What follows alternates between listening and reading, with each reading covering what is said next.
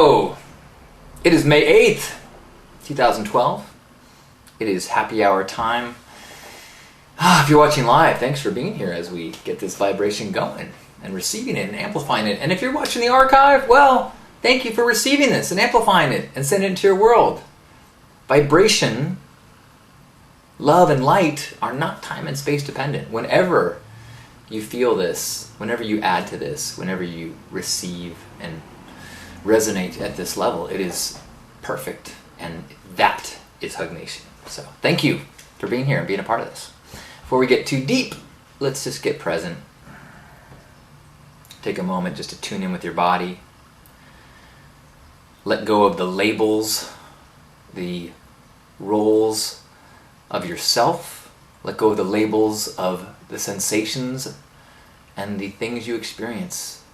As you hear my voice, try to let go of the words themselves and just hear the pitch as I speak and the vibrations go through the speaker to your ear.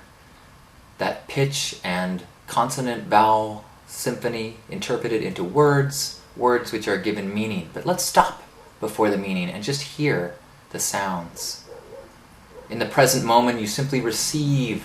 The minute you start to interpret and make a story, you're out of it. In the now, we have all sorts of riches to experience. The sounds, the smells, the feeling. Feel your body. Feel your feet on the ground. Notice where your skin is touching air. Take a deep breath and feel your body shift and grow and stretch. How many places in your body could you feel that movement? Do it one more time.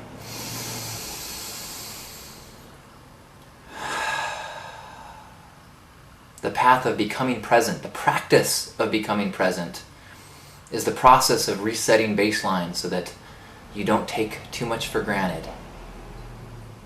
The reality is that we are overwhelmed with miracles. The very fact that we are conscious and aware of the universe around us is mind-blowing. And in order to cope, we have to take things for granted. But if we don't do so with discipline, we lose our sense of wonder. We lose the awe inherent in being alive and conscious in this amazing world. So before we get started, we just take a moment to recalibrate, sink into beginner's mind, fall into the present where all things are perfect, there is nothing lacking, and we are only witness to endless miracles of this universe. Thank you, universe, for all of the blessings. Help us to appreciate, to notice, to welcome in what brings us joy, so that we are filled with joy and we spread joy in the world. Amen. Welcome! So, this afternoon I talked about, this afternoon was interesting. I talked about drama and challenges and kind of the difference between drama and challenges, and how it's more of the way you look at things. And then as we went in to do the hug, I actually had to stop myself because I realized that I was not that happy with the talk. The belief buffet dish, didn't quite come out how I wanted it to. So as we were closing our eyes and holding, I had actually stopped and said, you know what? Let me practice what I preach. Let me get present. Because I was in a story, even as I was getting ready to lead the hug, I said, let me get present. So we paused, refocused, recalibrated, and then we had a really beautiful hug. And then the conversation after the hug, there was kind of some Q&A about how to be happy, how to help other people be happy. That actually ended up being amazing and really kind of in the zone. And I think it was a good practice for myself to let go of the desire to create, a good show. It was certainly not the professional way to do a broadcast, to stop in the middle and say, this isn't authentic. But that's not what this show is necessarily about. This isn't really a show. This is actually an opportunity to gather in a vibration. And if I'm out of alignment with that vibration, it's out of integrity, and it's a disservice to all of us, I think. So I'm trying to realign with that truth. And so in some ways, at the time I was kind of upset at myself until I recalibrated. Now looking back, I'm proud. Good. This is me getting better. This is me growing. This is me in my practice. This is me in my practice with you. So thank you.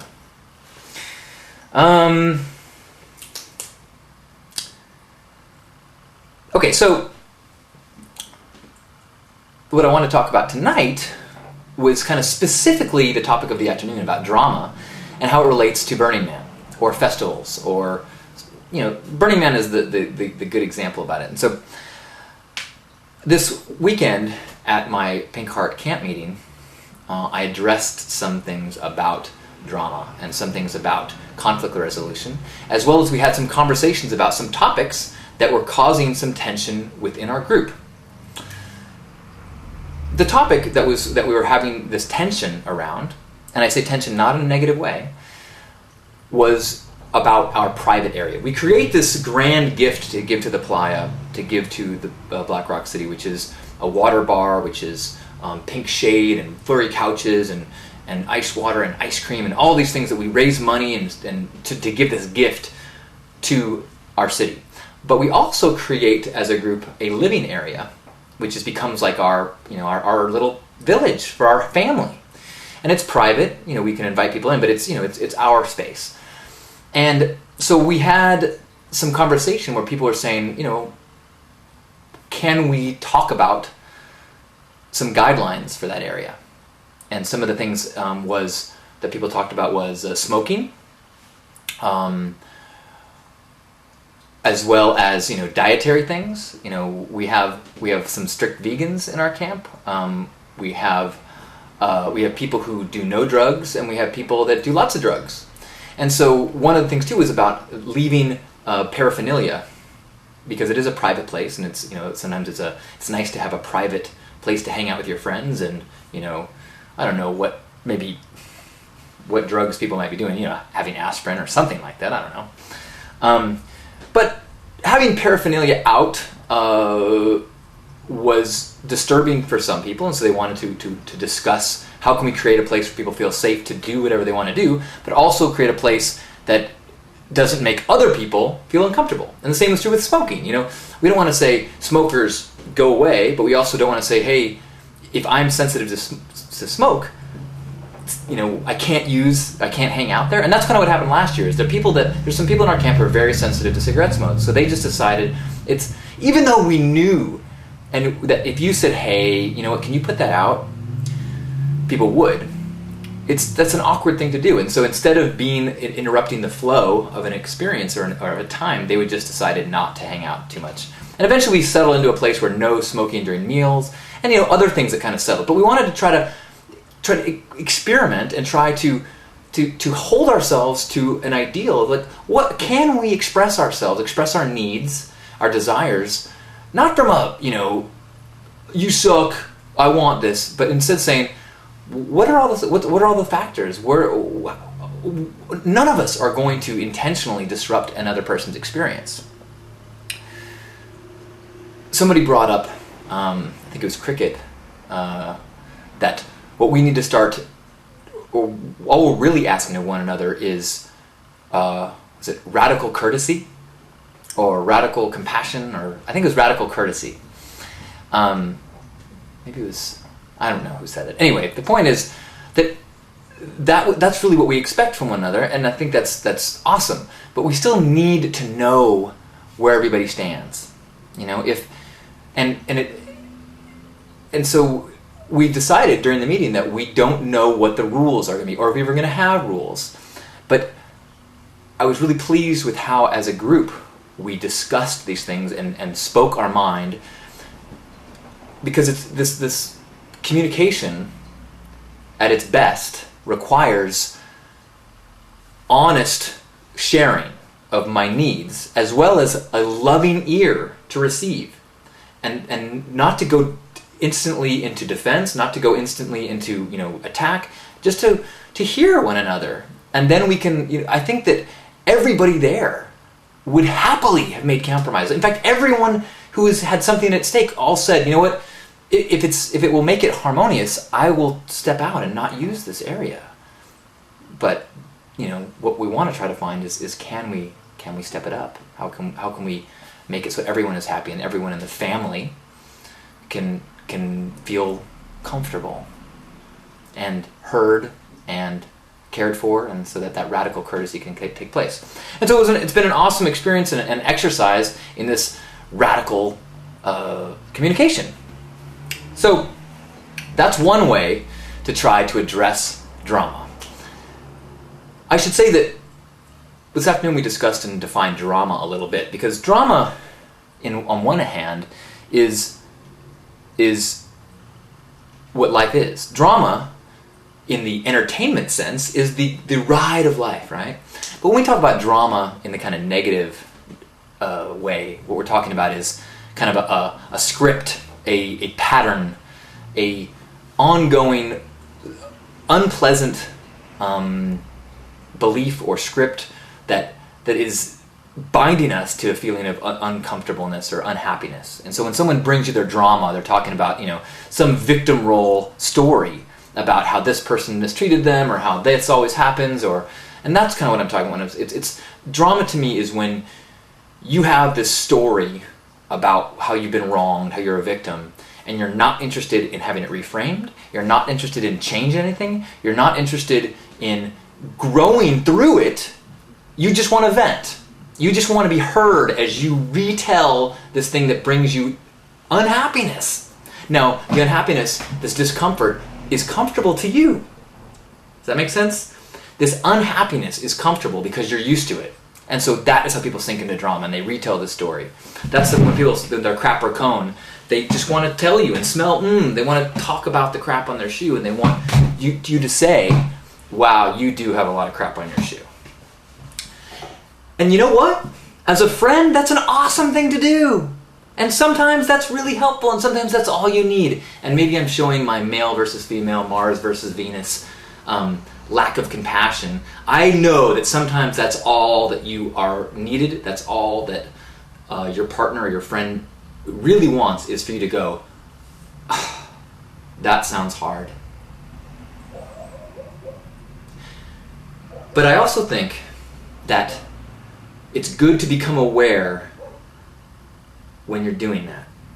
Because when you are retelling a story that is anchoring you to a feeling of unhappiness or a victim or something like that, you're making that story more and more true. You are getting the groove that you're in deeper and deeper.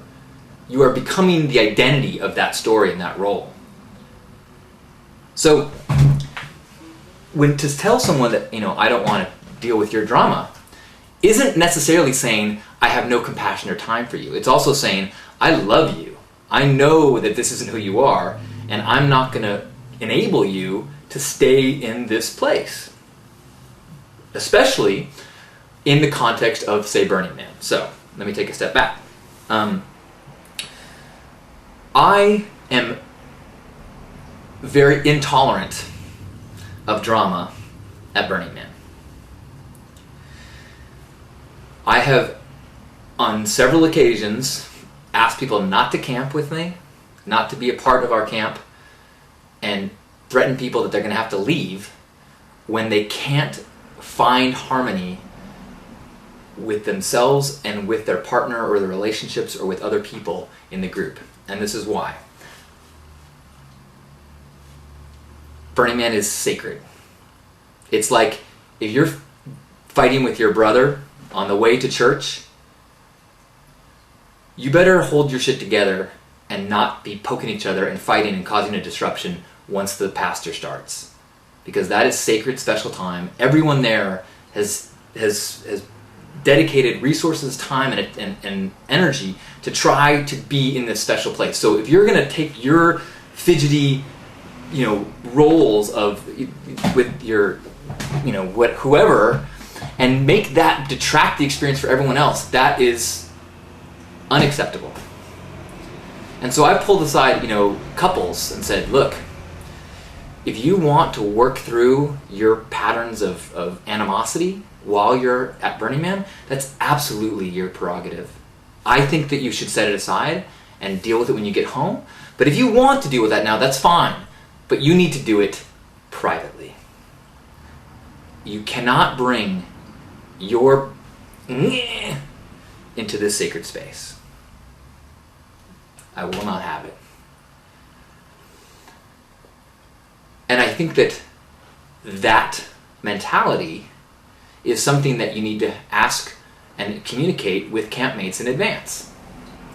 And I've had people say, that's totally uncool, dude. What if you need help? Or what if you need to, what if you see your girlfriend doing this and it brings up, your ex, you see him with somebody else and all of a sudden you've got this stuff and you need to vent and talk about it. Like, that's cool.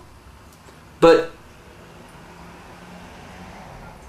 do you really want to go into that? Or would you rather have someone who loves you say, hey, you are at Burning Man. I know that you're stirred up right now. Let's set that aside. Let's get present. And let's recognize that even though there's a little bit of crap on your shoe, you are living in a massive bowl of ice cream. So let's get back into the ice cream, back into the cone, and start wallowing in the goodness. Now, is that a better friend than the one who says, "Oh yeah, okay, yeah, let's not go to the parade, and let's not go dancing. Let's talk about this sadness." You could argue with me that either one is valid. But what I'm saying is that when I'm at Burning Man, I want to take the sadness, put it on the side, and deal with it when I get home. Last year, I actually had an opportunity to practice this. When, Burning Man tests you. It tests yourself, your physical limits, your mental limits. And so it's very easy to, with someone that you spend a ton of time with, suddenly get to a breaking point. And so B and I had a breakdown. And we basically said to each other, let's set this aside. I'm going to go off. I'm going to see you tomorrow, and maybe we'll be feeling better tomorrow. If not, we'll check in, and I'll check in with you the next day, and I'll check in with you the next day. But whatever is making us upset right now is nothing that we need to fix while we're at Burning Man. This is the wrong place. It's the wrong context. There's so many other things that we can do. That let's be here and deal with our shit when we get home. Because what that does is, and we both know this, is that if I had to spend 24 hours, 48 hours, an hour not being at Burning Man, not appreciating and enjoying the present of this sacred place that we have spent so much energy trying to get to, we spent all year preparing for. So if you're going to say, look, put that aside and deal with this. We both knew that neither one of us wanted that, because 3 months from now, when whatever our issue was forgotten and irrelevant, it would still be hard to let go of the fact that I wasted 2 days at Burning Man dealing with this non-issue. So it is a agreement to ourselves and to one another where we said, look, let's deal with it when we get home. Now, I mentioned that as something that I have practiced with my partner. I practiced with campmates and friends, and it has worked for me. And establishing that in advance, where you're saying, look, can we all agree that our first priority is to experience this, and we can all hold ourselves to an ideal that allows us to not feel like responsible? Because that was the hard thing for me when we were having conflict, is like, am I allowed to go have fun while potentially, someone is angry at me? And I had to think, you know what? If I love her, I have to let her be mad at me and let it go. Because if I don't go have fun and I sacrifice this and I have any resentment whatsoever towards her because I'm doing that, then that is actually a disservice to her. I'm not sure if you're following that logic, but it's like, I love you so much that I'm not going to deal with the fact that you're angry with me right now.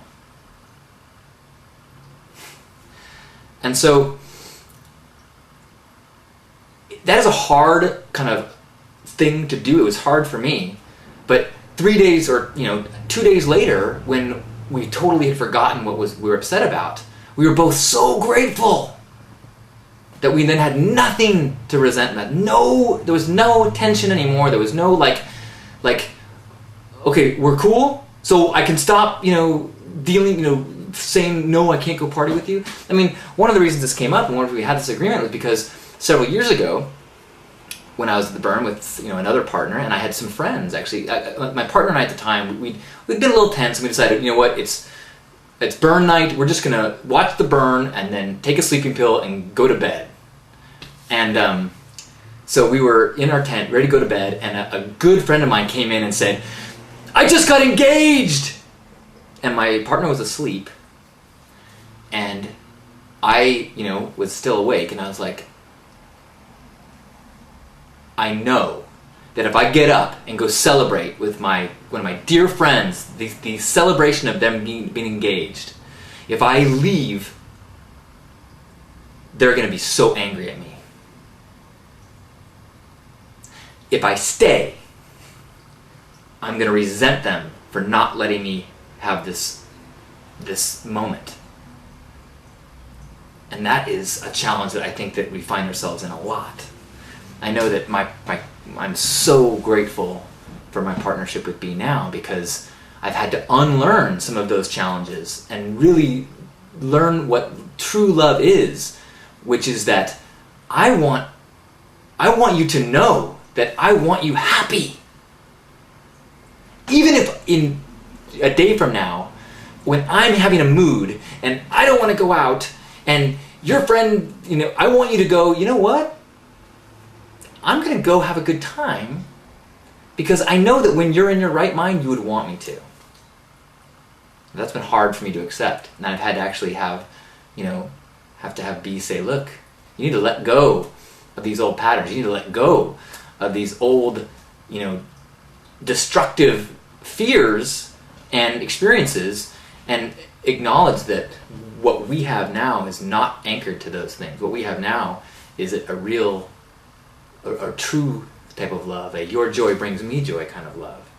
And that's the kind of experience, and that's the kind of bond that we want to have with our campmates, with our friends, and with everyone. So,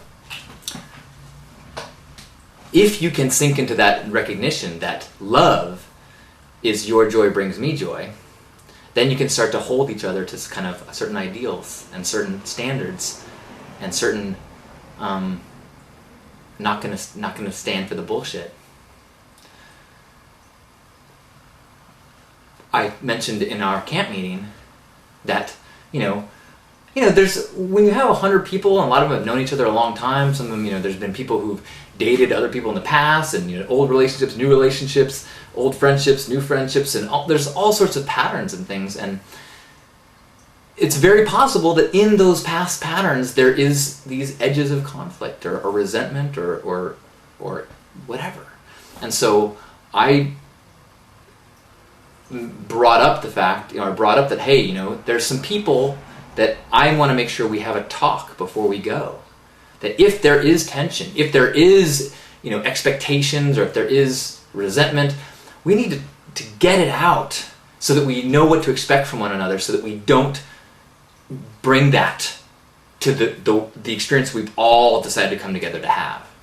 It's okay if when you see them talking with somebody, a potential new lover, that you get upset by that.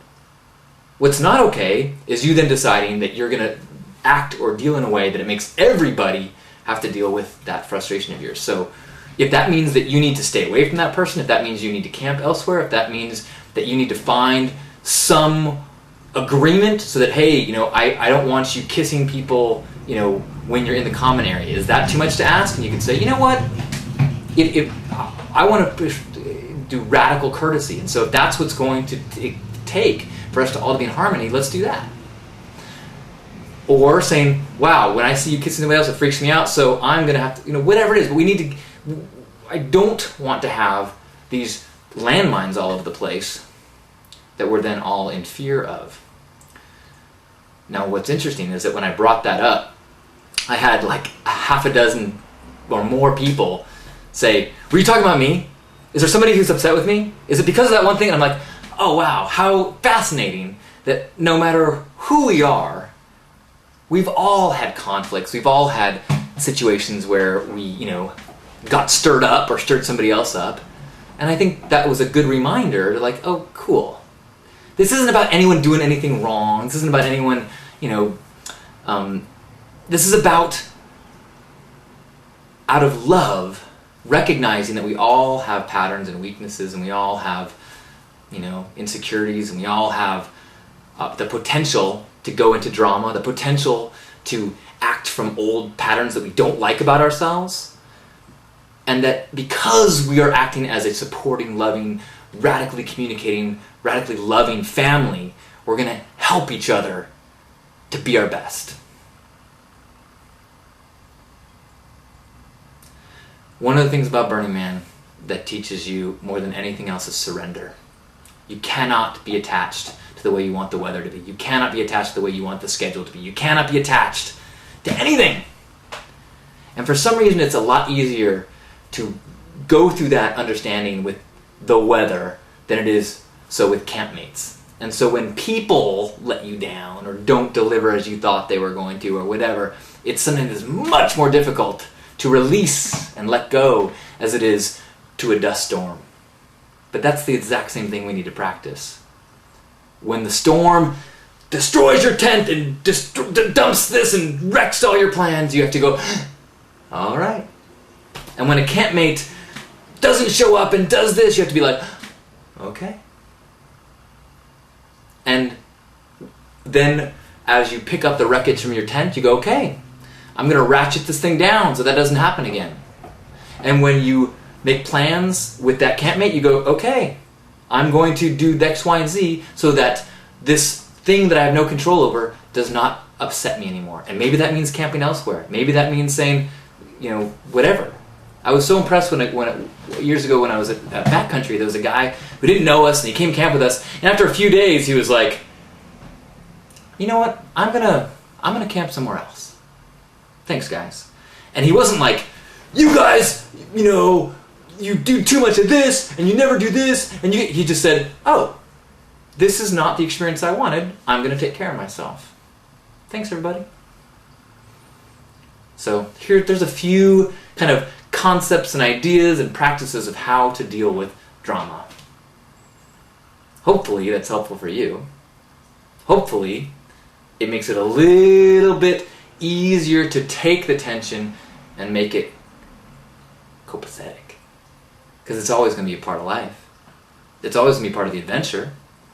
You don't really want to rid your life of all drama, because then, well, that's nothing. And nothing is boring. So I hope that your drama is fantastic. And I hope you embrace the highs, the lows, the roller coaster, all of it.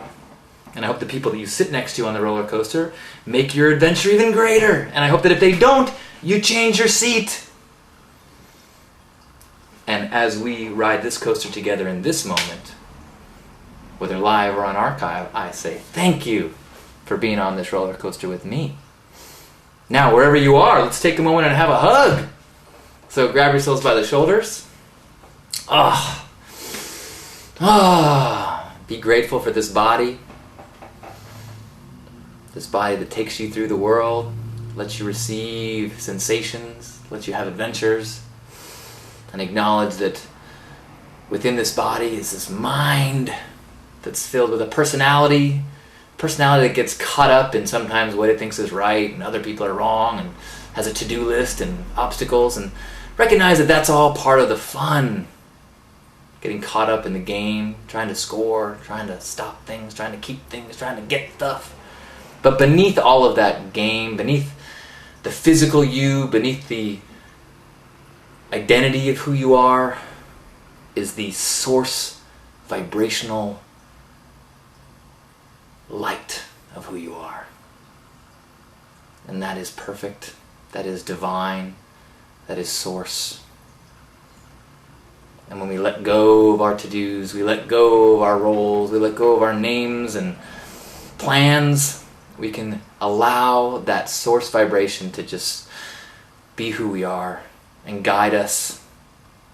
And we can forgive ourselves when we lose track of that, and we forgive everyone else for maybe not even knowing that that's who they are. All the obstacles, all the opponents, all the enemies, and know that beneath whatever they're doing, saying, thinking, what they are is perfect and divine and love. And so let's take a deep breath and just feel that love in us.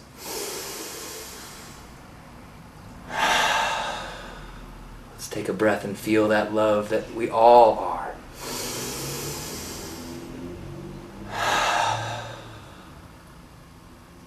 Take another breath.